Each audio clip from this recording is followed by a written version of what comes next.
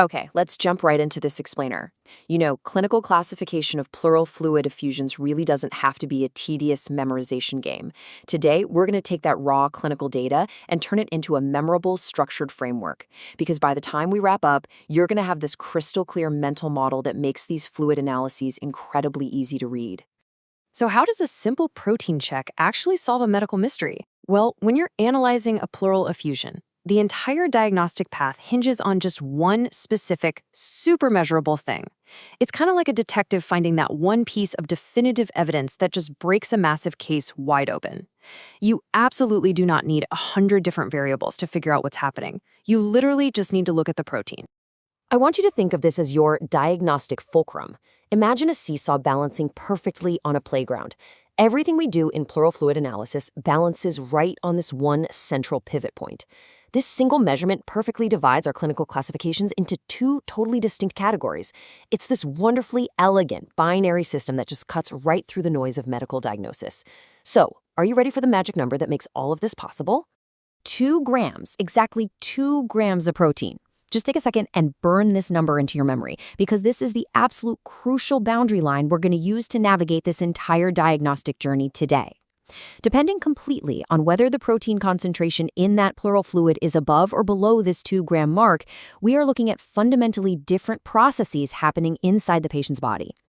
All right, let's take the first fork in the road. What actually happens when the protein level falls below our 2-gram threshold? Well, if the lab analysis comes back and that reading is strictly under 2 grams, we enter a very specific clinical territory. And this territory has its own unique academic name, its own underlying physiology, and its own distinct set of rules. Transudate. That is the academic clinical classification for pleural fluid with a low protein concentration. Specifically, like we just said, less than 2 grams. When you see a low protein number on a chart, your brain should immediately just flash the word transudate. But to make this instantly memorable when you're in a clinical pinch, we've got a really fantastic visual analogy. Transudate equals tap water. I literally want you to picture clear, calm, flowing tap water coming out of a faucet. Why? Because just like everyday tap water, transudate has very low protein. It's essentially just simple, watery fluid that's passively backing up and seeping into the spaces around the lungs. But, that begs a logical question. Why is this tap water building up in the body in the first place? So this passive tap water buildup is caused by edematous conditions. Basically, we're dealing with swelling from excess fluid getting trapped in the body's tissues. And the primary culprits causing this plumbing issue? It's major organ failures. We're talking heart failure, renal failure, and liver failure. In these specific conditions, the body's fluid management system is essentially just overwhelmed, which is what causes that low-protein, clear tap water to seep out where it definitely shouldn't. But what if those lab results show something entirely different? Let's sharply pivot our attention here. We are now crossing that critical 2-gram boundary, heading down the path where the protein level is strictly greater than 2 grams.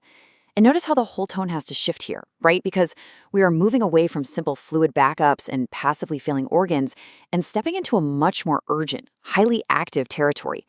This brings us straight to our second clinical term, which is exudate. Exudate is the formal medical classification for pleural fluid that is just packed with a high protein concentration. Again, anything more than 2 grams.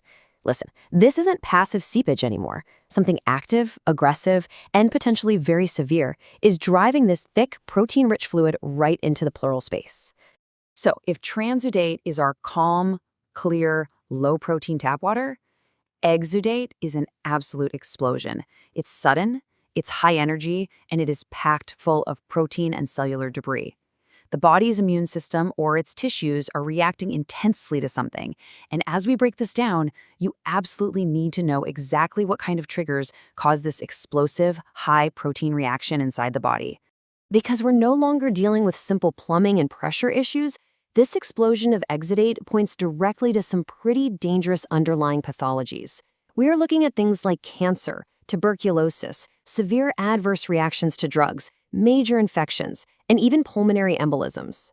Whenever that protein number hits that high mark, over 2 grams, your diagnostic radar needs to immediately and urgently scan for these high-stakes, dangerous conditions. So looking at them side by side, the single variable of 2 grams of protein completely dictates our reality. Less than 2 grams gives us transudate, which we now know to visualize as tap water. More than 2 grams gives us Exudate, which is our explosion. It really is an incredibly elegant framework that takes a complex medical mystery and just turns it into a clear, solvable equation.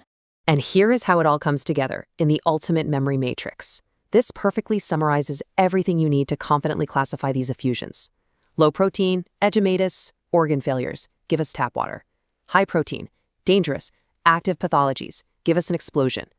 This single chart effortlessly links the protein count directly to the analogy, the nature of the issue, and the actual clinical causes. Honestly, this is your master key for retaining this information permanently. Which brings us to our final, parting thought. The next time you analyze pleural fluid, will you see tap water or an explosion? I really want you to take that vivid mental image with you. By just looking at that one single protein number, that beautiful 2-gram fulcrum, you'll immediately know exactly what kind of battle the body is fighting. Thank you so much for joining me for this explainer today. Keep this framework in mind, and you will always know exactly how to crack the case. Keep learning, and I'll catch you in the next one.